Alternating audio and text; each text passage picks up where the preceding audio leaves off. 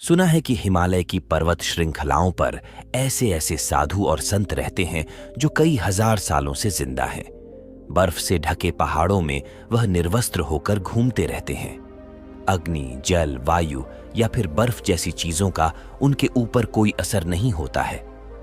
कठोर तप करके उन्होंने ऐसी ऐसी सिद्धियां प्राप्त कर ली हैं जहां पर प्रकृति के नियम भी उनके सामने ध्वस्त हो जाते हैं। आखिर इसके पीछे का रहस्य क्या है? क्यों प्रकृति के नियम उन पर काम नहीं करते हैं? क्यों कोई भी बीमारी उन्हें छू नहीं पाती है?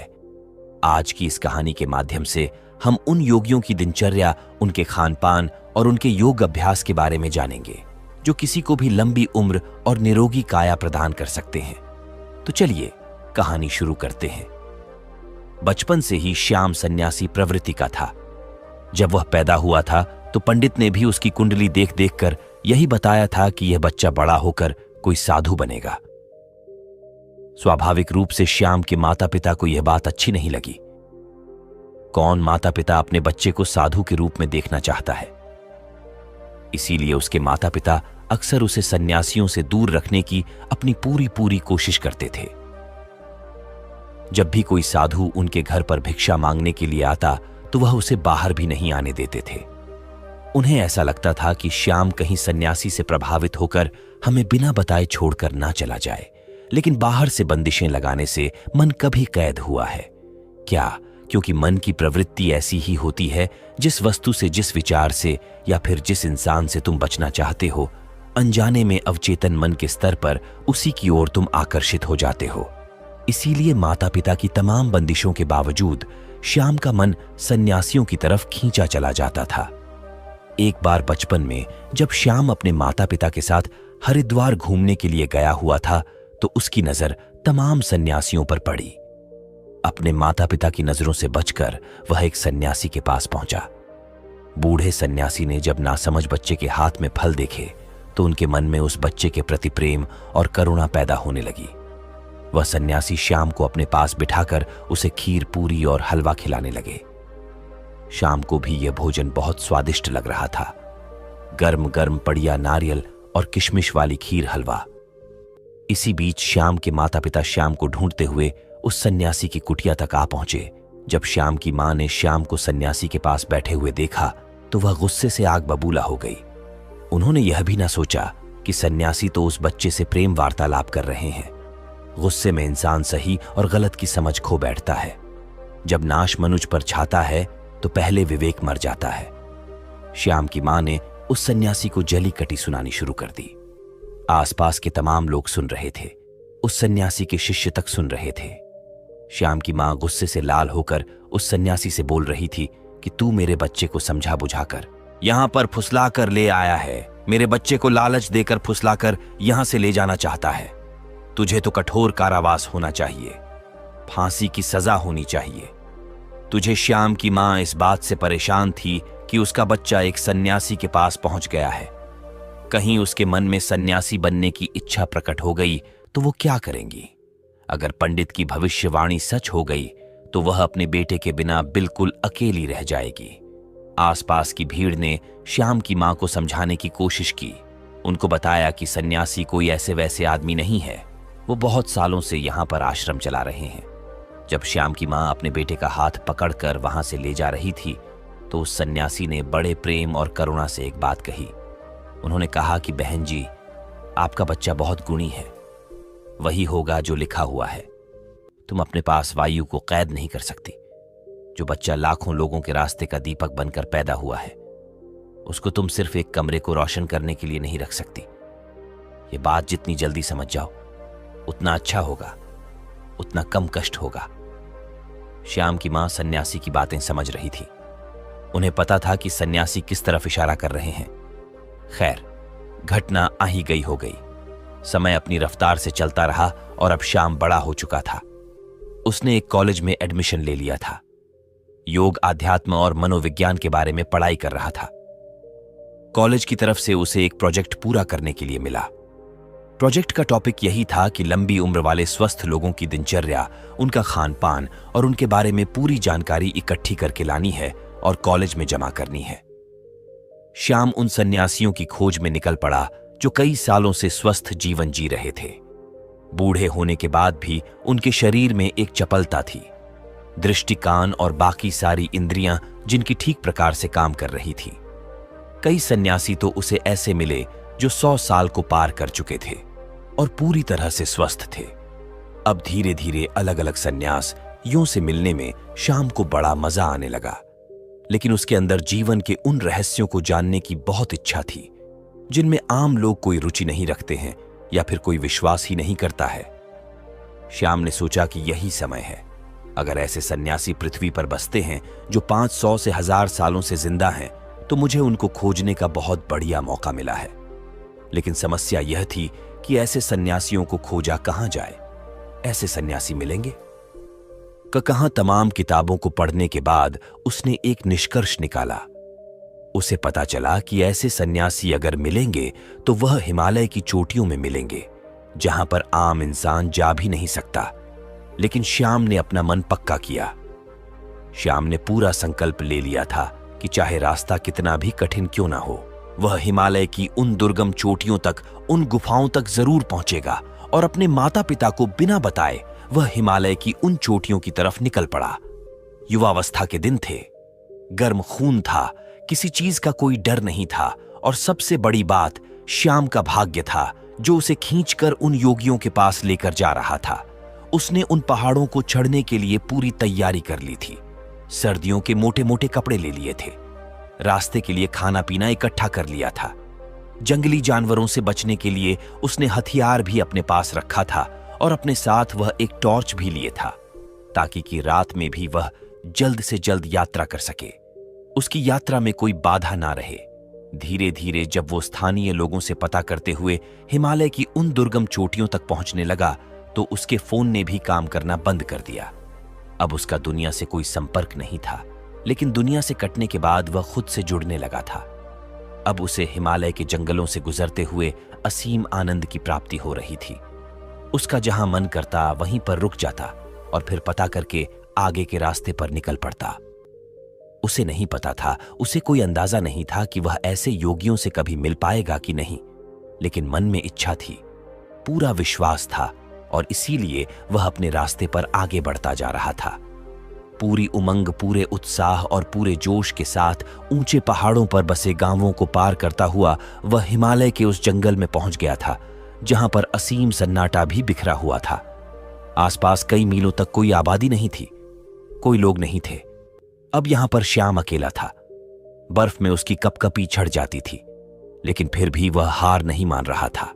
उसे पता था, उसके मन में एक विश्वास था कि यहां आसपास कोई गुफा होगी जहां पर ऐसे योगी उसे जरूर मिलेंगे। और अगले ही दिन उसे बर्फ के पहाड़ की चोटी पर दूर से एक सन्यासी तप करता हुआ दिखाई दिया। उस सन्यासी ने अपने शरीर पर कोई वस्त्र धारण नहीं कर रखा था। श्याम उस सन्यासी को पहाड़ी के नीचे से देख रहा था, लेकिन वह बहुत खुश हो गया। इतनी लंबी यात्रा का परिणाम उसे मिल रहा था। वह जल्दी जल्दी अपने कदम बढ़ाता हुआ उस पहाड़ी की चोटी पर पहुंचने का प्रयास करने लगा, लेकिन पहाड़ी एकदम खड़ी हुई थी, इसीलिए बार बार वो फिसल जा रहा था। सन्यासी यूं तो आंख बंद किए हुए थे, अपने ध्यान में लीन थे, लेकिन अपने मन की आंख से वह श्याम की सारी मेहनत देख रहे थे। उस पहाड़ी पर बार बार चढ़ने में विफल होते हुए श्याम बहुत थक गया था। थकान के कारण वह वहीं पर मूर्छित होकर गिर पड़ा। जब वह मूर्छित हो गया तो वह सन्यासी जो ऊपर तप कर रहा था, वह उसे अपने साथ अपने हाथों में उठाकर एक गुफा के अंदर लेकर गया। वहां पर उसके अलावा 2 और सन्यासी मौजूद थे। श्याम मूर्छित था, बेहोश था, उसके शरीर में बहुत थकान थी। उस सन्यासी ने कुछ पत्तों का एक घोल तैयार किया और फिर श्याम के मुंह में ऊपर से 2 बूंद डाली। अचानक से श्याम उठ खड़ा हुआ। उसकी सारी बेहोशी, सारी थकान एकदम दूर हो गई। होश में आते ही श्याम दोनों हाथ जोड़कर उनको प्रणाम करने लगा। बहुत खुश हो गया। श्याम ने उनसे कहा कि मेरी बड़ी अनुकंपा है कि मुझे आप जैसे दिव्य योगियों के दर्शन हुए। मैं आपसे कुछ सवाल पूछना चाहता हूं। आप इतनी बड़ी उम्र तक, इतने सालों तक कैसे जीवित रहते हैं? आपके शरीर में कभी कोई बीमारी क्यों नहीं होती है? अगर आप वह तरीका जानते हैं तो दुनिया को वह तरीका क्यों नहीं बताते? दुनिया में बहुत से लोग बहुत दुखी हैं। लोगों को नाना प्रकार की बीमारियां हो रखी हैं। उम्र से पहले ही वह बूढ़े दिखने लगते हैं, उनकी मृत्यु तक हो जाती है। तो अगर आपको ऐसे तरीके पता है तो आप लोगों को क्यों नहीं बताते हैं? इसका कारण बताएं। आप तो योगी हैं, आपको तो दुनिया की मदद करनी चाहिए। उसकी बातें सुनकर तीनों सन्यासियों ने कोई प्रतिक्रिया नहीं दी। ऐसा लग रहा था जैसे उन्हें श्याम की भाषा समझ में ही नहीं आ रही हो। श्याम ने जब यह महसूस किया तो उसने इशारों से समझाने का प्रयास किया, लेकिन कोई फायदा नहीं। अब श्याम उनको समझा समझा कर थक चुका था और एकदम शांत और चुपचाप बैठा हुआ था। वह सोच रहा था कि मेरा इतनी दूर आना एकदम व्यर्थ हो गया, एकदम बेकार हो गया। दर्शन तो हुए, लेकिन जो सवाल मेरे मन में थे उनका जवाब नहीं मिला। श्याम ने सोचा कि इतना लंबा सफर तय करके आया हूं, कुछ दिन इनके साथ रहता हूं, इनकी दिनचर्या ही देख लेता हूं, शायद उससे कुछ पता चल जाए। और यह सोचकर श्याम वहीं पर रहने लगा। सन्यासी एक दूसरे से बिल्कुल भी बात नहीं करते थे, एकदम मौन रहते थे, चुप रहते थे, किसी एक सन्यासी को दूसरे से अगर कोई काम होता तो वह बिना बोले ही एक दूसरे के मन की बात समझ लिया करते थे। अब श्याम को बेचैनी होने लगी। एक गुफा में चुपचाप बैठे रहना, भला इससे क्या होगा? यह कैसा जीवन है? सन्यासी बैठे हुए सिर्फ योग अभ्यास करते रहते थे, तप करते रहते थे। उनके चेहरे पर, उनकी आंखों में एक गजब का ठहराव था, एक गजब की शांति। जो भी उनके मुखमंडल की आभा को देख ले तो उनकी तरफ आकर्षित रहे बिना रह नहीं पाए। श्याम ने पाया कि सन्यासी खाना बहुत कम खाते थे और जो भी खाते थे उसे पूरे मन से बनाते थे, पूरे भाव विभोर होकर बनाते थे। सुबह ब्रह्म मुहूर्त में उठना, ठंडे पानी से स्नान करना और फिर सर्दियों की धूप में बर्फ पर बैठकर ध्यान साधना करना, यही उनका काम था। 2 दिन तक उनके अनुसार काम करने के बाद वहां रहकर श्याम ऊब चुका था। वो न किसी से बात कर पा रहा था, न अपने मन के सवालों को शांत कर पा रहा था। 3 दिन बाद श्याम ने वहां से जाने का निश्चय किया। उन्होंने उनके सामने प्रणाम किया और उनको प्रणाम करते हुए कहा कि शायद मेरा प्रणाम भी आप स्वीकार ना कर पाओ, क्योंकि आपको उसका मतलब नहीं पता होगा, लेकिन मैं आपसे मिलकर धन्य हो गया और अब मैं आपसे अलविदा चाहता हूं। और यह कहकर वह अपने चेहरे पर मुस्कान लेकर उन योगियों के पैर छूकर वापस चलने के लिए तैयार हुआ कि तभी उसके कानों में बूढ़े सन्यासी की आवाज आई। बूढ़े सन्यासी ने कहा कि अपने सवाल का जवाब तो सुनते जाओ।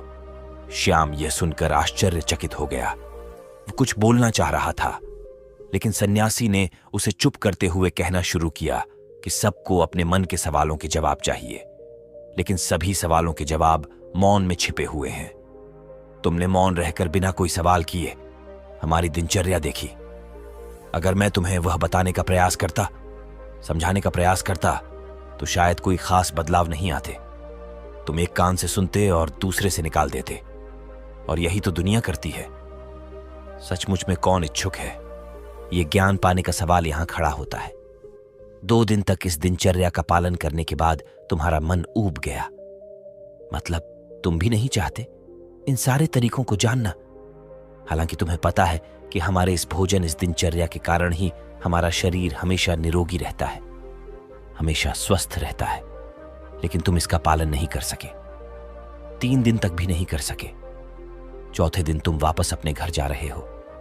दुनिया में बहुत कम ऐसे लोग होते हैं जो मौन रहकर दूसरों का ज्ञान खुद प्राप्त कर लेते हैं। अगर तुम सिर्फ मौन रहना, चुप रहना सीख जाओ तो तुम दूसरों के सारे ज्ञान को ग्रहण कर सकते हो।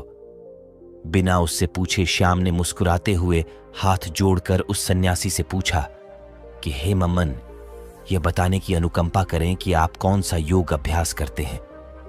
क्या आपकी दिनचर्या है जिससे कि आप इतने सालों से जीवित हैं? आपकी उम्र दिखने में तो कोई 60 से 70 साल की लग रही है, लेकिन लोगों का कहना है कि आप 5000 साल से जिंदा है। क्या यह सत्य है? महात्मा सन्यासी ने मुस्कुराते हुए नादान और भोले श्याम के सर पर हाथ फेरा। उन्होंने श्याम को सबसे पहला तरीका बताया। उन्होंने श्याम से पूछा कि हमारे शरीर का सबसे बड़ा भोजन क्या होता है। श्याम सोच में पड़ गया, उसे कोई जवाब नहीं मिला तो सन्यासी ने उसे बताया कि हवा हमारे शरीर के लिए सबसे बड़ा भोजन होता है। हवा हम 24 घंटे खाते रहते हैं और हवा हमारे शरीर के लिए सबसे ज्यादा महत्वपूर्ण होती है, लेकिन आजकल के समय में पूरी हवा प्रदूषित हो चुकी है। इसीलिए जो प्रदूषण से भरी हुई हवा तुम्हारे अंदर जा रही है। वही तुम्हारे शरीर में बीमारियों को जन्म देती है। इसीलिए अगर तुम घर पर ऐसे कमरे में रहते हो जहां पर हवा का आना जाना कम होता है, जैसे कि एयर कंडीशन रूम में होता है, उसमें ताज़ी हवा का आना जाना नहीं होता, तो तुम्हें अपने कमरे में ऐसे पौधे लगाने चाहिए जो 24 घंटे हवा यानी कि ऑक्सीजन देते हो। छोटी छोटी बेल तुम किसी बोतल में डालकर अपने कमरे में रख सकते हो जो तुम्हें 24 घंटे ऑक्सीजन देगी, वह भी एकदम ताज़ी। और लोग दुनिया में यही भूल करते हैं। जिस सांस को वह ले रहे हैं वह कितनी शुद्ध है, इसका कभी आकलन ही नहीं करते। अगर वह लोग यह कभी सोच पाए तो शायद प्रदूषण से मुक्त दुनिया हो सकती है, हमारी पृथ्वी स्वर्ग हो सकती है। दूसरा होता है हमारा खान पान। अधिकतर लोग ज्यादातर समय खाते ही रहते हैं, लेकिन हमारा शरीर भी एक यंत्र होता है और उस यंत्र को भी काम करने के लिए आराम चाहिए होता है। इसीलिए हर समय खाते नहीं रहना चाहिए, कभी भी पूरा पेट भरकर नहीं खाना चाहिए। हमेशा अपने पेट में एक रोटी की जगह छोड़ देना ताकि तुम्हारा पेट हल्का रह सके, थोड़ा खाली रह सके और सांस लेने में भी कोई परेशानी ना आए। तीसरा तरीका होता है हमारी दिनचर्या। सही तरह की दिनचर्या में तुम्हारा योग अभ्यास, शारीरिक व्यायाम, प्राणायाम। अगर तुम दिनचर्या के रूप में इन्हें कर रहे हो तो तुम्हारे शरीर में कभी भी कोई बीमारी आ ही नहीं सकती। लेकिन हम सिर्फ बहाने ढूंढते हैं। हम कुछ काम करना नहीं चाहते, हमें सारी चीजें बैठे बैठे चाहिए और शरीर को जितना आराम दोगे वह उतना ही खराब, उतना ही बेकार हो जाएगा। इसीलिए शरीर से हमेशा काम लेते रहो, आलस्य पैदा मत होने दो। दिनचर्या, हवा और खान पान, इन तीनों को तुम दुनिया में रहते हुए कैसे सुधार सकते हो, इस पर विचार करना शुरू करो। तभी तुम्हारा जीवन बदलेगा और तभी तुम दूसरे लोगों को भी जागरूक कर पाओगे। लेकिन तुम्हारी बात सुनेंगे कौन कौन लोग? बाजार के स्वादिष्ट व्यंजन छोड़कर प्रकृति से सीधे प्राप्त होने वाली फल, सब्जियां या पत्तियां खाने के इच्छुक हैं। लोग तो वही खाना चाहते हैं जो उनकी इंद्रियों को आराम पहुंचाता है, जो उनको स्वाद देता है। देखने में भी वही देखना चाहते हैं जो उनकी आंखों को अच्छा लगता है, और इसीलिए उनकी इंद्रियां वासनाओं की गुलाम हो जाती हैं और धीरे धीरे वही हमारे दुख का कारण बनती चली जाती है।